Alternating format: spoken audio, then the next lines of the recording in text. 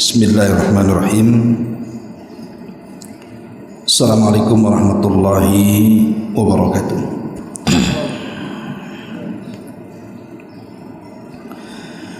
Alhamdulillah wassalatu wassalamu ala Rasulillah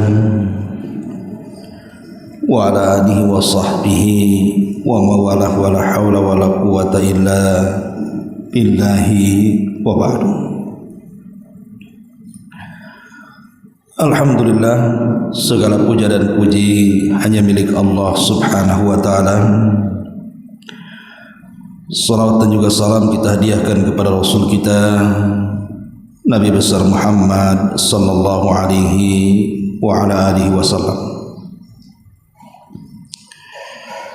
Alhamdulillah, di pagi menjelang siang ini kita bisa duduk untuk bertalabul ilmi di Masjid Nidaul Ilmi, dan pembahasan di malam hari ini kita akan membahas tentang bagaimana caranya membersihkan hati yang kotor.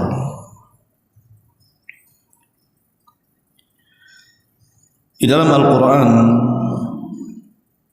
tepatnya surah Asy-Syu'ara ayat 88, Allah subhanahu wa ta'ala berfirman, yauma la yanfa'u malun wala banun illa man atallaha biqalbin salim.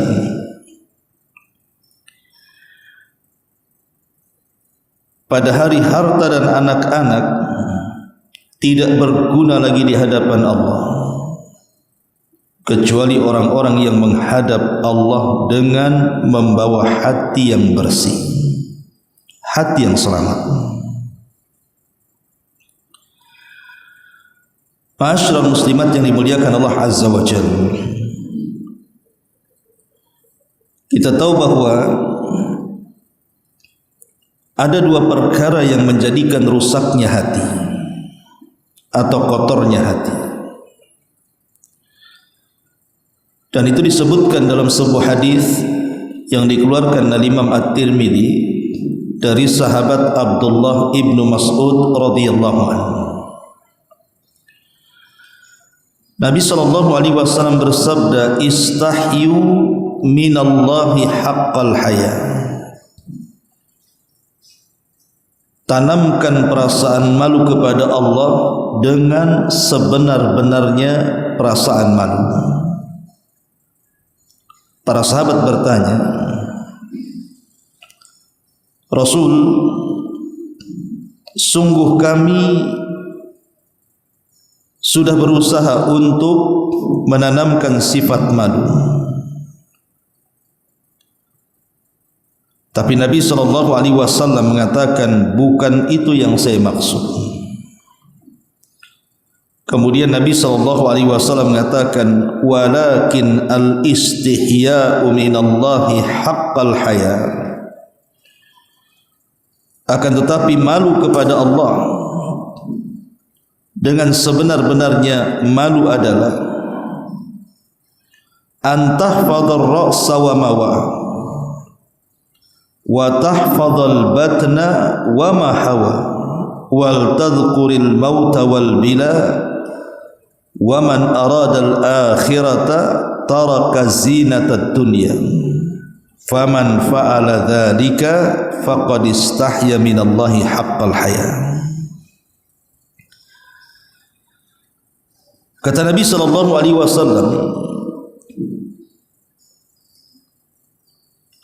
akan tetapi malu kepada Allah dengan malu yang sebenarnya adalah kalian menjaga kepala dan juga isinya. Kalian menjaga perut dan yang ada di dalamnya. Dan kalian terus mengingat kematian dan kondisimu setelahnya, dan barang siapa yang menginginkan akhirat niscaya dia meninggalkan dunia. Maka barang siapa yang melakukan hal tersebut, sungguh ia telah menanamkan perasaan malu kepada Allah dengan sebenar-benar malu. Di dalam hadis ini Nabi SAW menyebutkan dua perkara.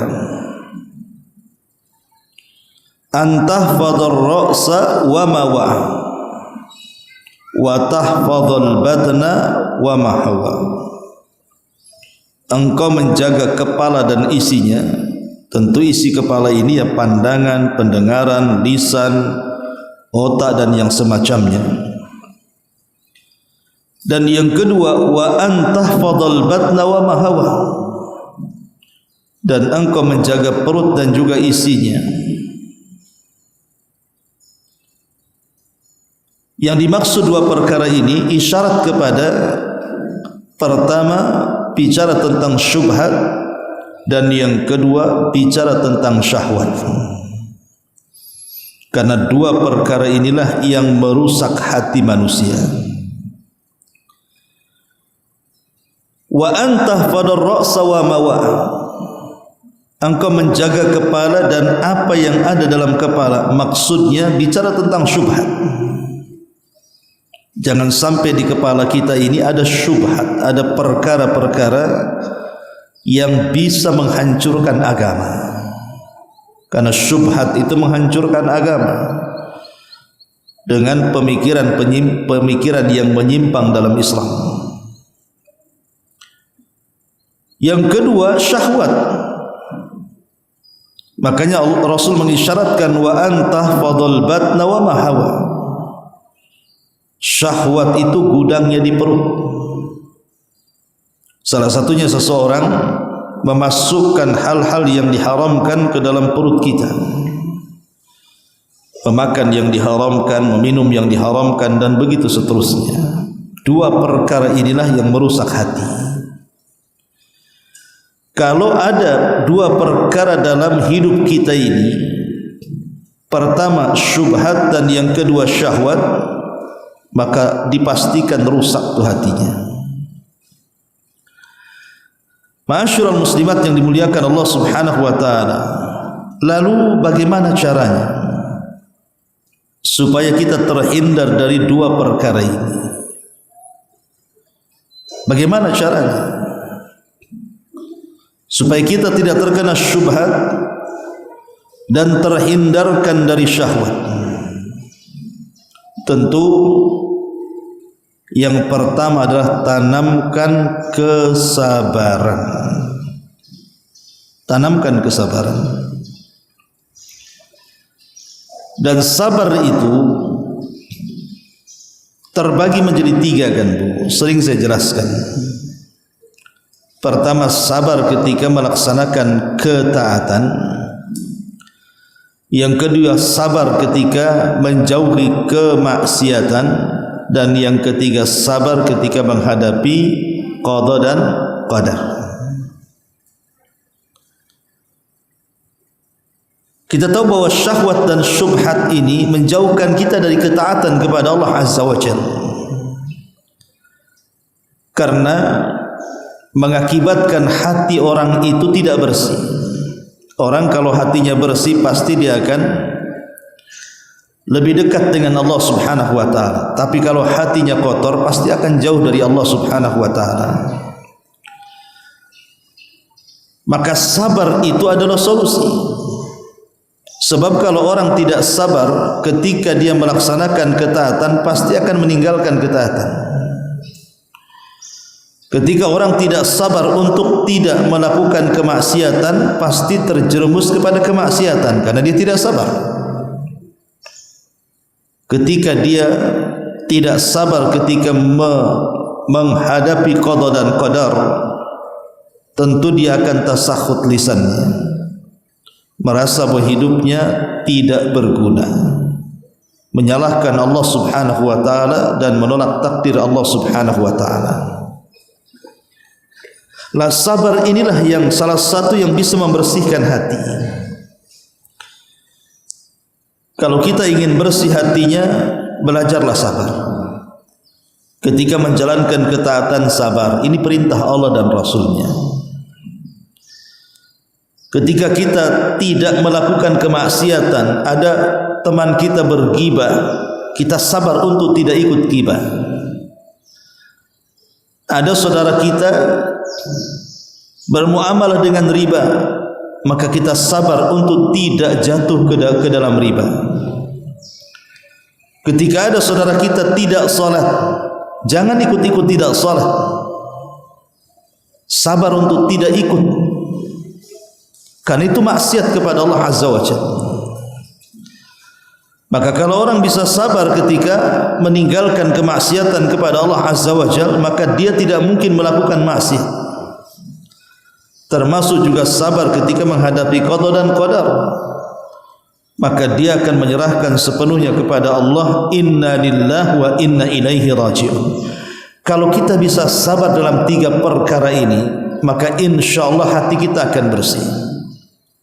Bersih dari syubhat dan bersih dari syahwat.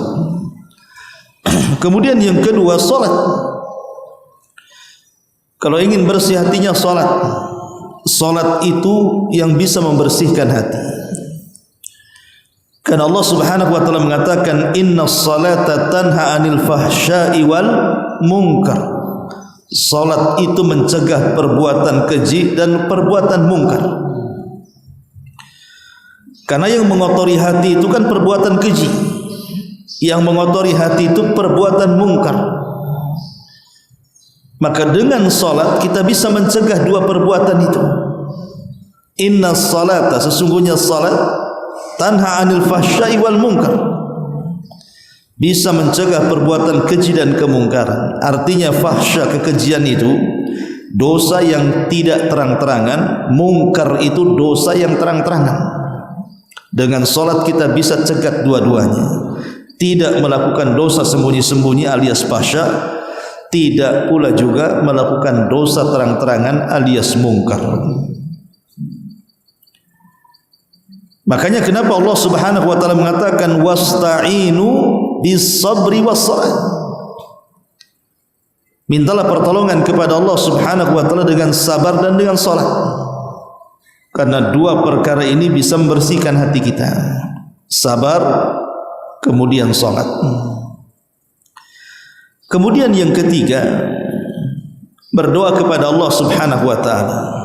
Minta agar hati kita ini jangan sampai dipalingkan.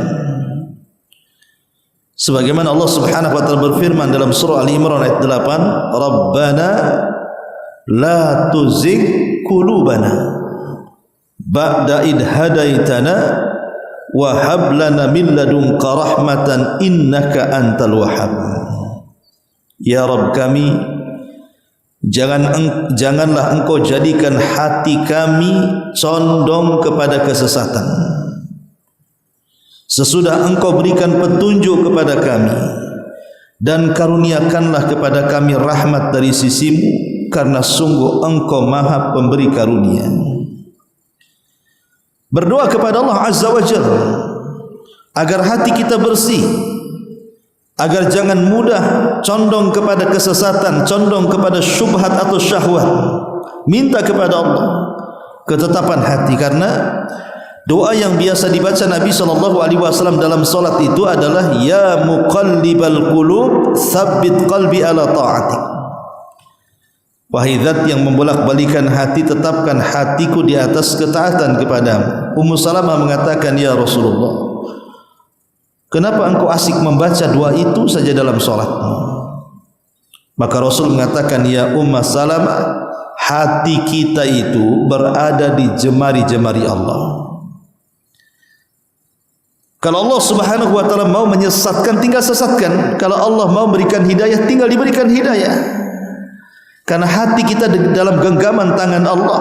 Allah bisa saja menyesatkan manusia dalam sekejap, sebagaimana Allah juga bisa memberikan hidayah dalam sesaat. Makanya banyak-banyak berdoa. Ya muqallibal qulub tsabbit qalbi ala ta'atik. Wahai zat yang membolak-balikan hati, tetapkan hatiku di atas ketaatan kepadamu. Sebagaimana ayat ini, Rabbana la tuzigh qulubana ba'da id hadaitana wa hab lana min ladunka rahmatan innaka antal wahhab. Ini yang nomor 3. Perbanyak doa. Kalau ingin bersih hatinya, perbanyak doa. Kemudian yang keempat, perbanyak sedekah. Karena Allah mengatakan dalam surah At-Taubah ayat 103, khudh min amwalihim sadaqatan, khudh min amwalihim sadaqatan tutahhiruhum wa tuzakkihim biha wa shalli alaihim inna salataka sakanun lahum wallahu samiun alim. Ambillah zakat dari sebagian harta mereka. Dengan zakat itu kamu bisa membersihkan dan mensucikan mereka, dan berdoalah untuk mereka. Sesungguhnya doa kamu itu menjadi ketentraman jiwa bagi mereka, dan Allah Maha mendengar lagi Maha mengetahui. Lihat di sini Allah mengatakan tutahhiruhum wa tuzakkihim biha.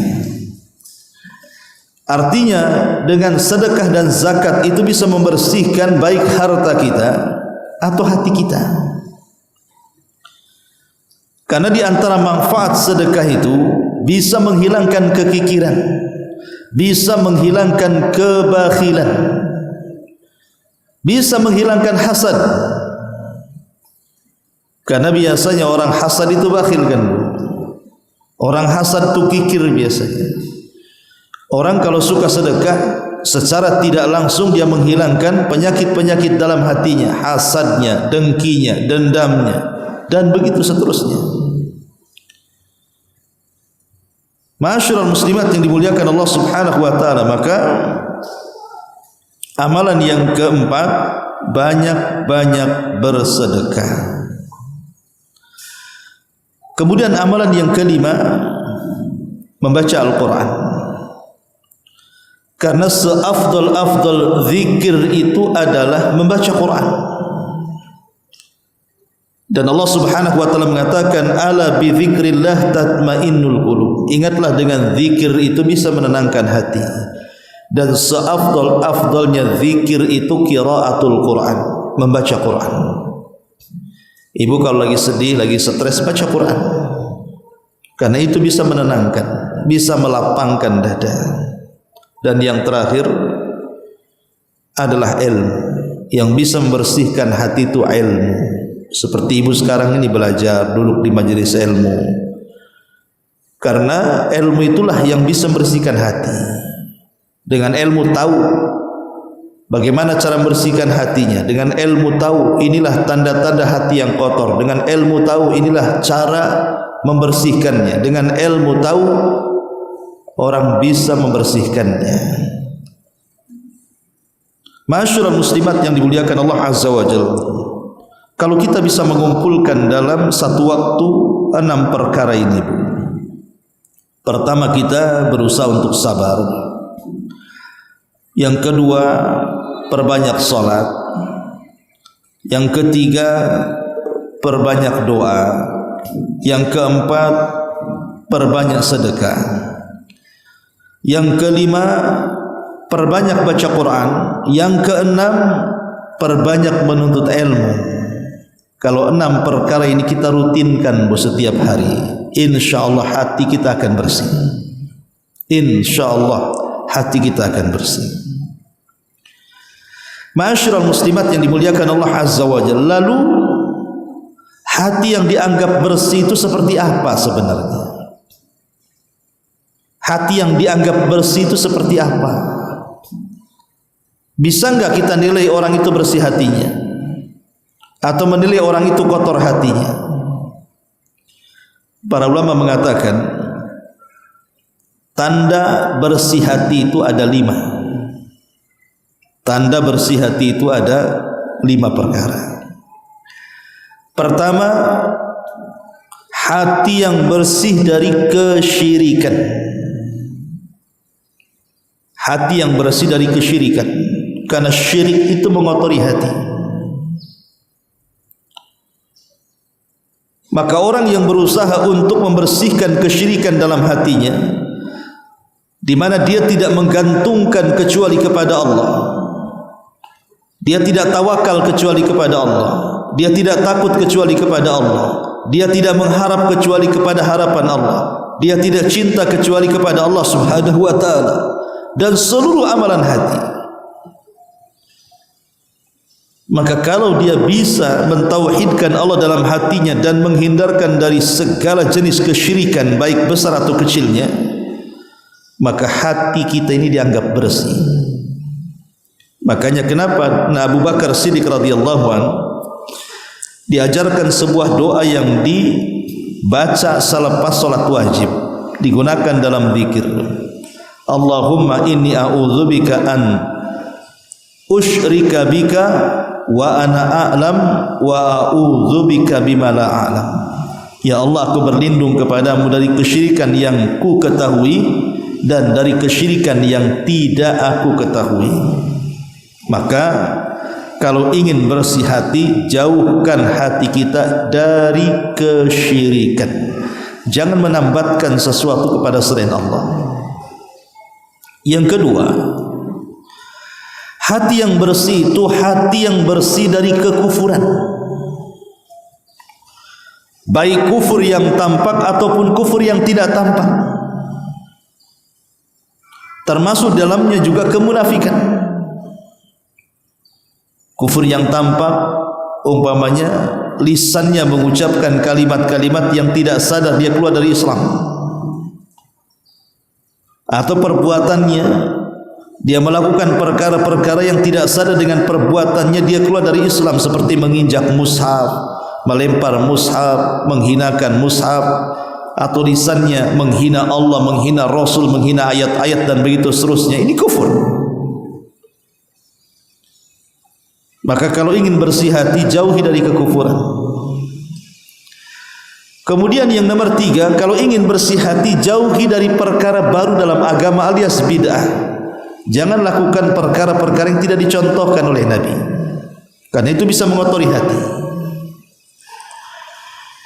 Kemudian yang keempat, jauhi perkara-perkara yang merupakan dosa dari dosa-dosa besar, seperti zina, dosa besar, riba, dosa besar, riba, dosa besar, dusta, zalim, mengambil hak orang lain, memakan harta anak yatim, curang dalam dagangan dan begitu seterusnya. Hindari perkara-perkara ini. Jadi ciri-ciri bersihnya hati itu kalau hati kita ini terbebas dari kabair az-dzunub, dosa-dosa besar. Dan yang terakhir, terbebas dari perkara syahwat dan syubhat tadi. Jadi kalau kita bersih dari 5 perkara ini, hati kita bersih dari kesyirikan, hati kita bersih dari kekufuran, hati kita bersih dari bid'ah, hati kita bersih dari dosa besar, dan hati kita bersih dari syahwat dan syubhat, berarti hati kita itu memang bersih. Itulah hati bersih. Kalau terhindar dari 5 perkara ini, maka dianggap bersih. Berarti kalau terkumpul 5 perkara atau 1 dari 5 perkara ini, berarti hati kita masih kotor. Ma'asyiral muslimat yang dimuliakan Allah Subhanahu wa taala. Karena kan hati manusia itu terbagi menjadi 3 kan, Bu. Ada yang disebut al-qalbu as-salim, hati yang selamat. Ada yang disebut dengan al-qalbul mayyit, hati yang mati. Dan yang ketiga, ada yang disebut dengan al-qalbul marid, hati yang sakit. Ya, karena manusia terbagi menjadi 3. Ada mukmin, ada kafir, ada munafik.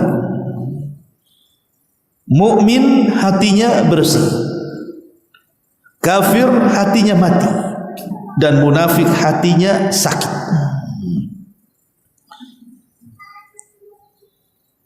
Ma'asyiral muslimat yang dimuliakan Allah Subhanahu wa taala, adapun hati yang selamat adalah hati yang selamat dari setiap syahwat yang menyelisihi perkara Allah, perintah Allah ataupun larangannya, dan bersih dari setiap syubhat yang bisa mengganggu ubudiyahnya dengan Allah Subhanahu wa taala. Karena syahwat itu merusak akhlak dan syubhat itu merusak agama. Kalau kita selamat agama kita dan selamat akhlak kita, berarti hati ibu selamat tuh. Ibu selamat agamanya, selamat akhlaknya, selamatlah hati ibu. Tapi kalau tidak selamat agamanya, justru hatinya tidak ada kehidupan, tidak mengenal siapa Tuhannya, tidak pernah beribadah dengan Allah Subhanahu wa taala, maka itu hati yang mati itu. Ataupun boleh jadi hati yang sakit, hatinya orang-orang munafik. Ma'asyiral muslimat yang dimuliakan Allah Subhanahu wa taala. Lalu apa sih ciri-cirinya? Hati itu dianggap selamat. Kalau tadi saya katakan hati yang bersih itu kalau bersih dari syirik, bersih dari kufur, bersih dari bid'ah, bersih dari dosa besar, dan bersih dari syubhat. Lalu bagaimana caranya? Dalam kehidupan kita ini kita berusaha untuk supaya membersihkan hati. Pertama, jauhi setiap sarana-sarana syahwat atau sarana-sarana syubhat yang mengotori hati. Pamannya ada acara-acara yang di situ banyak maksiat. Pamannya konser-konser, artis-artis kan suka ada tuh.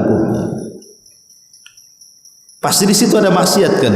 Entah ikhtilat laki-laki dan perempuan, terkadang ada orang mabok pula di situ. Belum lagi juga nyanyian-nyanyian syaitan di situ kan yang melalaikan kita dari ibadah kepada Allah Azza wa Jalla. Jauhi. Ya. Pokoknya sarana-sarana maksiat itu jauhi. Pamannya ada tetangga nih, dah kumpul-kumpul pasti nih gibah nih. Anda usah berduduk di situ. Kalau ibu sudah kumpul di rumah tetangga, kok ngomongnya itu kok bukan hanya ngalor ngidul ngetan ngulon tuh. Udah mulai membicarakan orang lain, membicarakan tetangga, cabut bu dari situ. Karena kalau ibu duduk di situ, lama-lama sakit hatinya bu. Jadi sarana untuk bersihkan hati itu jauhi perkara-perkara yang mengundang syahwat ataupun syubhat. Yang kedua, gharibun fid dunya mudbirun minha, mushtaqun lil akhirati muqbilun 'alaiha. Berusaha hati kita ditata dari dunia. Jangan terlampau besar angan-angan kita dengan dunia. Dengan cara apa bu? Dengan cara melihat ke bawah, jangan melihat ke atas. Karena tulul amal, orang yang panjang angan-angannya tentang dunia lama-lama sakit hatinya tuh. Coba tekan angan-angan tentang dunia itu, ditekan. Karena kalau terlampau tinggi angan-angan kita tentang dunia, karena terlampau melihat ke atas terus, tetangga punya mobil, kapan saya ingin punya mobil? Tetangga rumahnya tinggi, kapan rumah saya juga seperti itu? Tetangga nampak emasnya di lehernya, di gelangnya, di kakinya, di ikat pinggangnya dan macam-macam, kapan aku punya emas kayak gitu? Dan begitu seterusnya. Ini kalau kita terus memandang orang, selamanya tidak akan bersyukur dan selamanya pasti akan tomat. Tapi kalau pandangan kita ke bawah, lihat orang yang di bawah kita, alhamdulillah saya punya motor, itu tetangga jalan kaki. Alhamdulillah saya punya rumah, itu tetangga masih nyewa. Alhamdulillah saya masih punya tanah, tetangga tidak punya tanah, dan begitu seterusnya. Kalau kita memandang ke bawah, maka itu lebih bisa bersyukur lagi, dan itu tanda hati yang sehat. Tapi kalau kita melihat ke atas, pegel bu. Coba saja ibu negakkan terus ke langit, apa enggak pegel tuh? Susah bersyukur nantinya. Makanya Rasul mengatakan kepada Ibnu Umar, kun fid dunya ka'annaka gharibun aw 'abiru sabilin. Jadilah wahai Ibnu Umar di dunia ini seperti orang asing ataupun orang yang melintas jalan.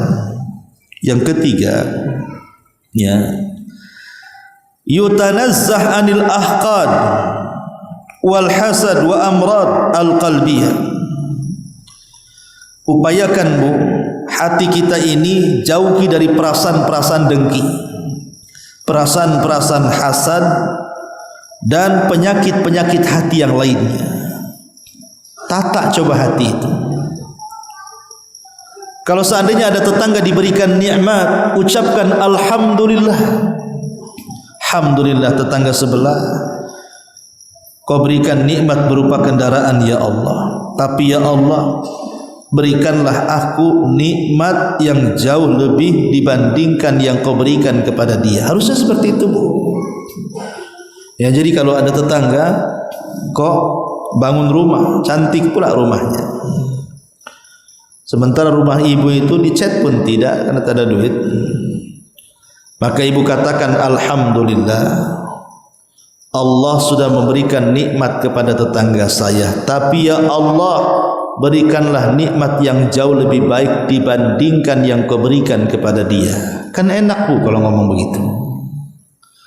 Tapi kalau ibu mengatakan, ya Allah, kenapalah Kau berikan tetangga rumah yang cantik, aku pula tak cantik, itu namanya menolak takdir, Bu. Itu sakit hatinya tuh yang kayak gitu tuh. Mulailah kemudian suudzon. Apa sih kerja orang itu? Kok bisa dia buat rumah tuh? Jangan punya tuyul pula dia. Jangan-jangan dia begini, jangan-jangan begitu. Akhirnya jangan-jangan itu lagunya tuh. Lah itu kotor hatinya, Bu. Tapi kalau kita bersyukur kalau melihat tetangga punya motor, punya mobil, punya kendaraan, cara syukurnya seperti itu. Alhamdulillah ya Rabb, Kau berikan tuh tetangga saya itu mobil. Boleh jadi aku bisa nebeng lah sama dia, tetapi ya Rabb, berikan jugalah aku nikmat yang sama, yang jauh lebih baik dibandingkan dia. Begitu. Jangan kemudian malah tertanam hasad, dengki. Itu kotor hatinya. Ini yang ketiga. Yang keempat, bahwa al-qalbul salim adalah yafirru ilallah hina yaghfal anhul ghafilun. Hati yang selamat itu adalah hati yang kembali kepada Allah di saat manusia sedang lalai. Jadi di saat manusia sedang lalai-lalainya mengejar dunia, kita coba keluar dari kelalaian manusia. Saat manusia tertidur tengah malam pulas, kita coba bangun, keluar dari kelalaian manusia. Di saat manusia mengejar dunia di pagi hari di waktu duha, keluar kita dari kelalaian manusia, cobalah 2 rakaat duha. Pokoknya di saat manusia lalai, kita keluar dari kelalaian. Dan dalam kaidah para ulama, orang yang sanggup mengeluarkan diri dari kelalaian manusia, kemudian dia menghadap Allah Subhanahu wa taala, maka orang itu orang pilihan dan ibadahnya juga ibadah pilihan. Makanya contohnya tadi salat duha umpamanya kan, manusia sedang sibuk yang di jalan, ya kerja di jalan, ya di ojek dan yang semacamnya, yang di ladang kerja di ladang, yang punya kantor ke kantor, yang punya pasar ke pasar gitu ya. Karena kan orang bekerja itu sibuk-sibuknya waktu duha kan, Bu. Jam 7 sampai zuhur itu sibuk-sibuknya orang kerja tuh. Lah saat manusia mengejar dunia, ibu keluar dari situ. Entah 5 menit, entah 10 menit, jadilah ibu sholat duha gitu kan. Makanya sholat duha disebut sholatul awabin, sholatnya orang yang kembali kepada Allah, sholatnya orang yang bertobat, karena dia sanggup mengeluarkan diri dari kelalaian manusia. Maka kalau kita sanggup melakukan itu, maka itu tanda hati kita sehat. Atau di malam hari di saat manusia sedang tidur kita bisa tahajud, maka itu tanda hati kita sehat. Ini yang keempat. Kemudian yang kelima, hati yang sehat adalah hati yang senantiasa mujalasatus salihin, orang-orang yang senantiasa bermajlis dengan orang-orang baik, berteman dengan orang-orang saleh, hadir di majlis-majlisnya orang-orang saleh. Karena kalau teman kita baik, teman kita soleh dan soleha, pasti akan bicara akhirat. Pasti juga akan memberikan nasihat. Pasti juga akan memberikan hal-hal yang bisa menjadikan kehidupan kita lebih baik lagi, lebih takwa lagi, lebih takut lagi kepada Allah Subhanahu wa taala. Seorang laki-laki datang kepada Hasan Al-Basri dan mengatakan, "Ya Aba Sa'id, kaifa nasna bimujalasati aqwamin yakhafunana hatta takada qulubuna tadir?" Qala Al-Hasan, "Wallahi la an tashaba aqwaman yakhafunaka hatta tudrika amnan khairun min an tashaba aqwaman yu'amminunaka hatta talhaqukal makhawif." Orang ini berkata kepada Hasan Al-Basri, "Wahai Aba Sa'id, bagaimana kita mensikapi majlis-majlis sebuah kaum yang mereka menakut-nakuti kita sampai hati kita ini terbang?" Jadi ada majlis-majlis itu membuat kita takut, Bu. Ibu kumpul-kumpul cerita tentang masa depan negara. Bu, bukan ibu yang mikir, itu Pak Prabowo sudah ada menterinya tuh, bagian ekonomi itu. Ibu tidak usah mikir jauh-jauh ke situ. Cemana ekonomi bangsa. Ibu itu sudahlah, apa yang dikasih suami makanlah, selesai. Tidak usah cerita-cerita tinggi-tinggi, karena tidak membidangi juga di situ. Makanya jangan banyak nonton berita hoax dalam YouTube tuh. Oh, kan terjadi ini, kan terjadi itu, takut akhirnya kan. Makanya Imam Hasan Al-Basri mengatakan, "Demi Allah, kalau engkau bersahabat dengan sebuah kaum yang menakut-nakuti kamu sehingga engkau mendapatkan keamanan, itu lebih baik daripada engkau berteman dengan sebuah kaum yang merasa aman, tetapi setelah keluar dari majlis itu engkau merasa takut." Nasib kita itu sudah ditentukan oleh Allah Subhanahu wa taala. Tidak perlu mikir apa-apa, yang penting doa dan usaha. Seorang muslim seperti itu. Doa, kerja, tawakal. Bismillah. Tidak perlu kemudian seseorang ditakut-takuti dengan apa yang mungkin sedang terjadi dengan negara kita. Itu sudah diurus itu. Ya. Makanya pentingnya kita ini bermajlis dengan orang soleh. Pasti bicaranya juga akhirat kan. Mati bicaranya juga. Tapi kalau ibu bicara bermajlis dengan orang-orang yang jauh daripada akhirat, Bu, ceritanya dunia, stres, Bu. Saya yakin ibu kan stres. Ibu kawannya istri wali kota umpamanya kan. Ini wali kota ini istrinya tasnya cantik, ibu pula pakai kresek kan. Kemudian pakaiannya pula bermerek, branded. Ibu pula beli di pasar second di Nagoya sana. Lama-lama kan ibu nengok tuh, kapan saya punya tas kayak dia, kapan saya punya baju kayak dia, kapan saya punya kalung yang gede-gede kayak dia, kapan saya punya kendaraan kayak dia. Lama-lama sakit hatinya, Bu. Pasti sakit. Tapi coba kalau kita berkawan dengan orang soleha, walaupun dia istri pejabat, kalau dia soleha, pasti pembawaannya akan sederhana kan? Akan sederhana. Bahkan mungkin kita akan takjub, subhanallah, dia kaya kok bisa ya, dia sederhana saja hidupnya kok. Padahal dia kaya, sendalnya saja sendal japit.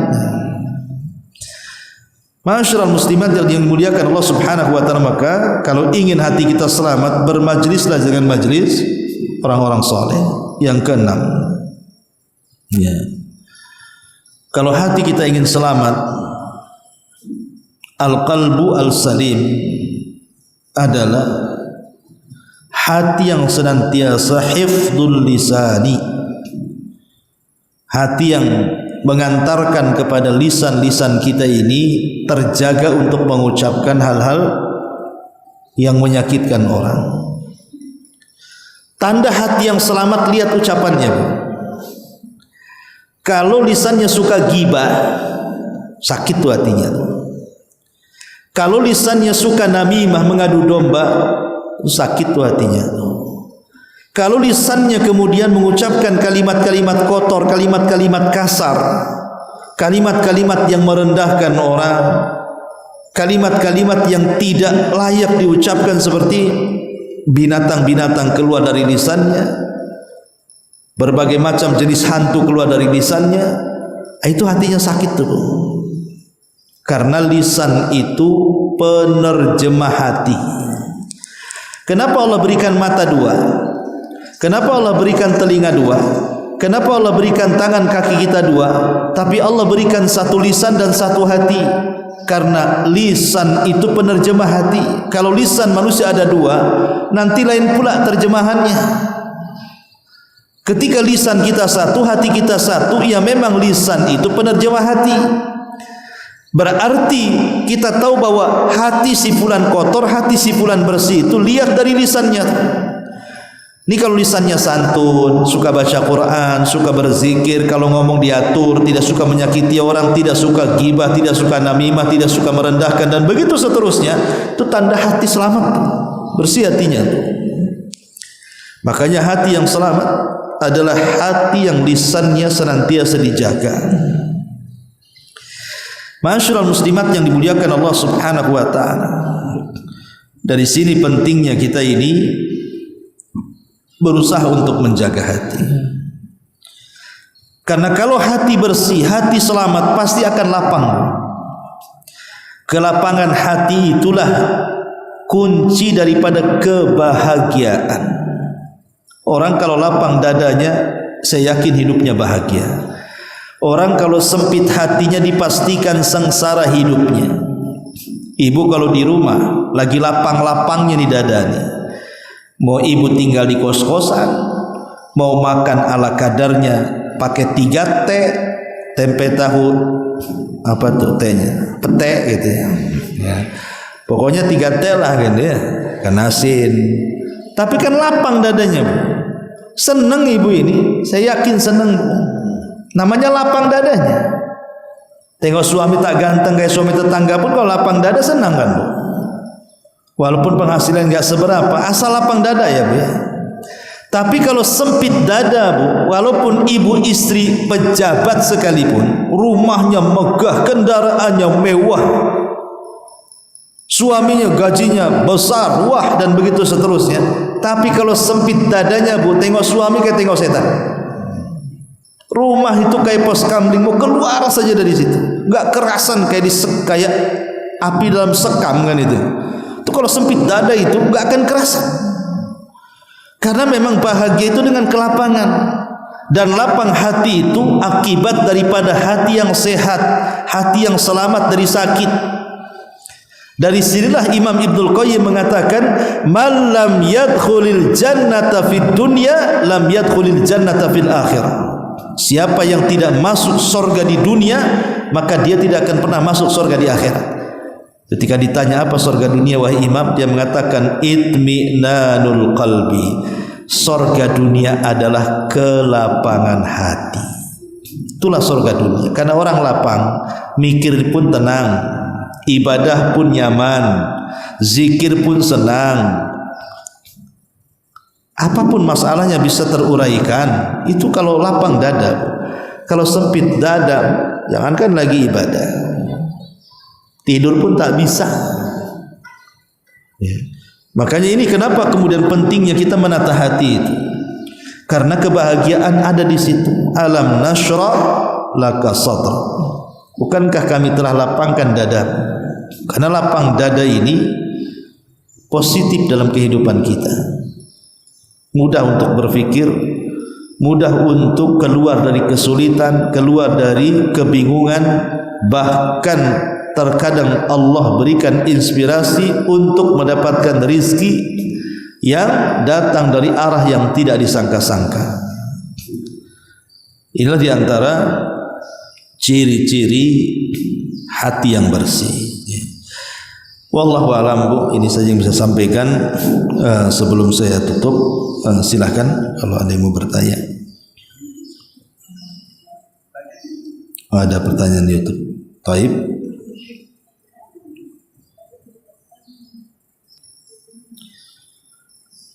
Ada pertanyaan di YouTube.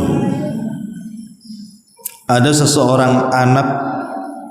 seorang anak berdosakah tidak merespon omongan orang tuanya kalau curhat masalah tetangga?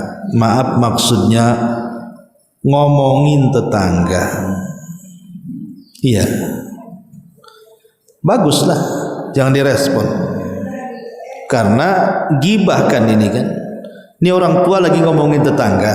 Artinya kan orang tua sedang gibah tuh sama tetangganya. Karena orang tua tidak ada lawan gibahnya, anaknya pula dijadikan lawan gibah dia. Maka anak yang soleh dan soleha, kalau bisa nasihati ibunya, jangan ngomongin tetangga. Karena gibah itu dosa besar, bukan dosa kecil. Dosa gibah itu sama dengan zina. Dosa gibah itu sama dengan membunuh. Namanya dosa besar, sama aja dosanya. Maka tidak berdosalah anak justru harus seperti itu. Itu namanya bagian daripada ingkar kemungkaran, tidak merespon gibahnya orang tua kepada tetangga. Dan lebih baik lagi bisa menasihati. Kalau memang bisa menasihati, nasihati. Kalau tidak bisa, karena kalau nasihati biasanya orang tua kalau tidak berakal dia marah-marah tuh. Maka cukup dengan ingkar kemungkaran dengan hati saja. Doakan supaya orang tuanya dapat hidayah sehingga tidak suka lagi gibah. Wallahu a'lam. Baik, sampai di sini. Subhanakallahumma bihamdika asyhadu an la ilaha illa anta astaghfiruka wa atubu ilaik. Allahu taala alam. Assalamualaikum warahmatullahi wabarakatuh.